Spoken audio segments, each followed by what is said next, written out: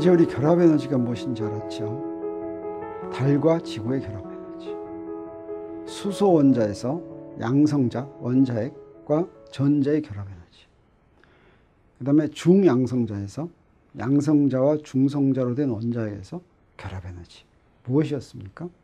포텐셜 에너지였죠. 그래서 구성 물질을 무한히 서로 떼어내는데 필요한 일이 바로 결합 에너지였습니다. 그러면 이렇게 여러 구성 입자들로 만들어진 복합적인 입자의 전체 질량은 개개의 질량에다가 어떻게 해야 됐습니까? 결합 에너지를 빼야지 나왔죠. 그래서 원자 핵의 경우에 이 결합 에너지가 어떻게 되는지 보도록 하겠습니다. 먼저 원자 핵을 얘기할 때는 우리 핵종을 얘기한다고 그랬죠. 마치 원자에서는 원소를 얘기하듯이 원자 핵의 종류가 핵종이라고 그랬습니다. 그래서 핵종, 여기서 원자 번호가 Z고 중성자의 수가 N인, 그러면 두 개 합한 질량 수가 A인 그런 핵종의 결합 에너지는 이건 뭡니까? 이거는 중성자가 Z개, 아니죠. 양성자가 Z개, 중성자가 N개 모인 원자 핵이죠. 그렇게 모여있는 질량을 이렇게 하고, 자, 그게 그 핵종에 모여있는 질량입니다. 그러면 그 다음에 그거의 결합 에너지를 요거라고, 그거의 결합 에너지를 이거라고 한다면, 이것들 사이에는 어떤 관계가 있냐면, 다 떼어냈을 때, 이건 자유중성자와 자유양성자의 질량, 그래서 Z개의 양성자 질량과 N개의 중성자 질량 다 떨어져 있을 때입니다. 그거의 질량에서 결합 에너지를 뺀 것이 그 원자핵의 질량이 되겠죠. 그래서 결합 에너지는 이렇게 다 각각 떨어진 것에 자기의 질량을 뺀 것이 바로 결합 에너지다. 이렇게 정의가 됩니다.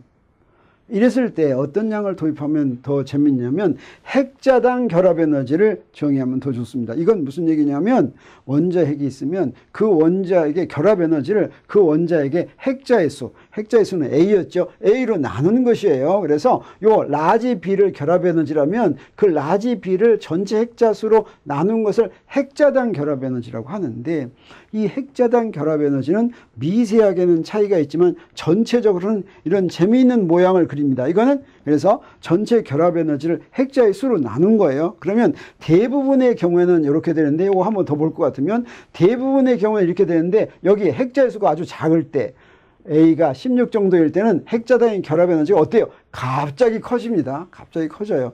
그래서 어떻게 되냐면 A가 10보다 크기만 하면 자 여기서는 이 부분이 여기가 7MeV에서 9MeV 사이입니다. 그래서 아주 작을 때는 그보다 작은데 클 때는 대략 7MeV에서 9MeV예요. 그래서 핵자당 결합 에너지가 이렇게 변화합니다. 이런 차이 있는데 이 모양이 언제 가장 크냐면 핵자당 결합 에너지가 질량수가 60일 때 이게 철부건이에요. 철부건 질량수가 60일 때 여기에서 최대가 됩니다. 그리고 더 커지면 어떻게 되냐? 결합 에너지가 서서히 감소해 가지고 7MeV쯤 되는 이런 특징이 있습니다. 이 핵자당 결합 에너지는 그래서 무슨 얘기예요? 원자 핵마다 다르다라고 하는 이야기가 되겠습니다. 바로 이것으로 우리 무엇을 설명할 수가 있냐면 핵 분열과 핵 융합을 설명할 수가 있는데 핵 분열과 핵 융합이란 뭐냐면 먼저 한 원자핵이 두 개의 다른 원자핵으로 쪼개지는 것을 핵 분열, 뉴클리어 피션이라고 합니다. 그때 똑같은 원자핵이 분열되더라도 항상 똑같은 두 개로 나눠지는 게 아니에요.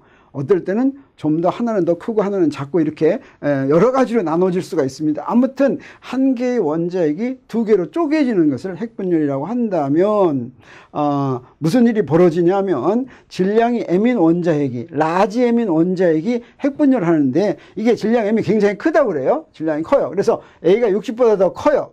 그랬을 때 두 개로 쪼개진 것이 M1과 M2라면 그러면 무슨 일이 벌어지냐면 여기에 질량이 쪼개진 놈 두 개 더하는 것이 원래 있는 것보다 더 작다라고 하는 것입니다. 이게 항상 이거 성립하는 거 아니에요? 언제만 성립해요? 굉장히 큰 거 쪼개질 때.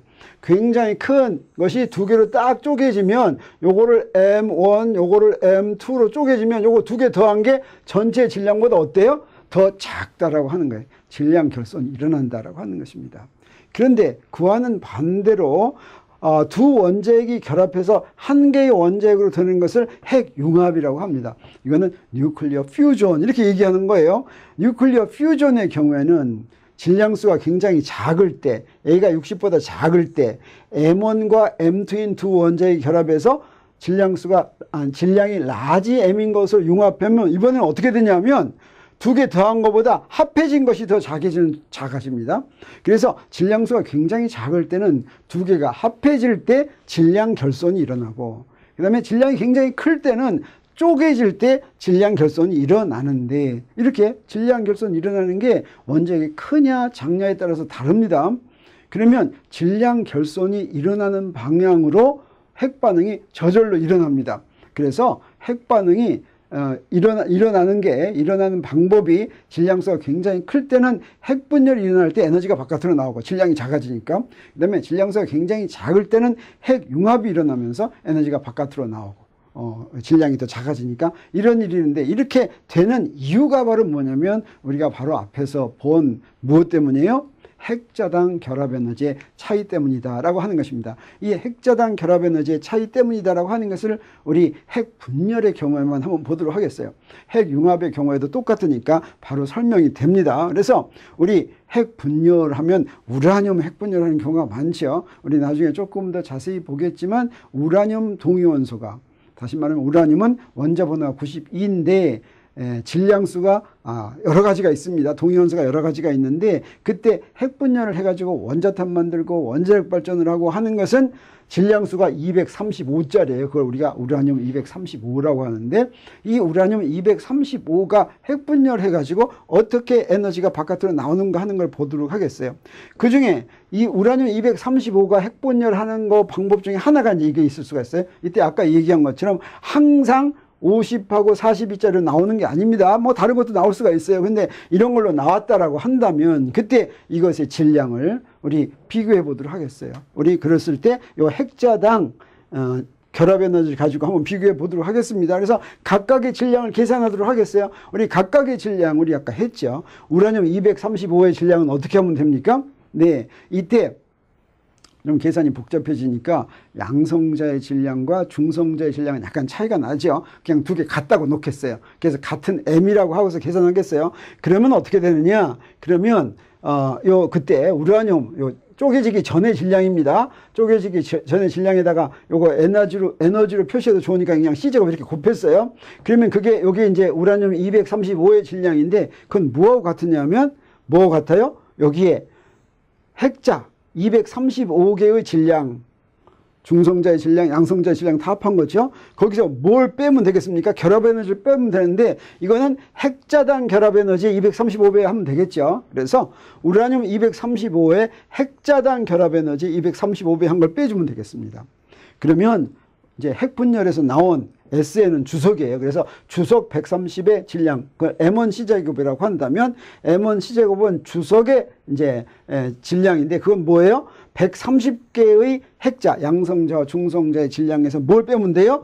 핵자당 결합 에너지의 130배를 빼면 되겠죠.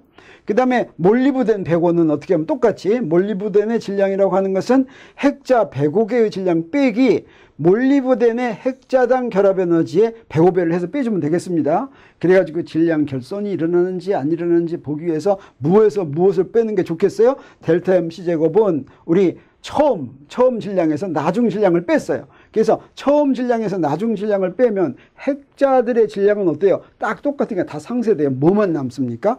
뭐만 남냐면 핵자당 결합 에너지만 이렇게 남습니다. 근데 핵자당 결합 에너지 이렇게 볼 것 같으면 보세요. 핵자당 결합 에너지가 여기에 질량수가 이렇게 작으면, 전체적으로 작으면 어떻게 돼요?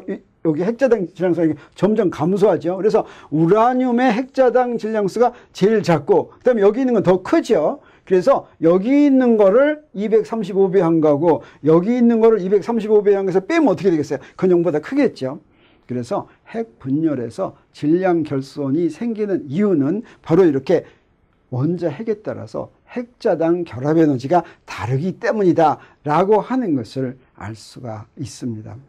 네, 이런 핵분열이 관찰됐다고 하는 소식을 아인슈타인이 어디서 들었냐면 미국의 망명가 있을 때 들었습니다.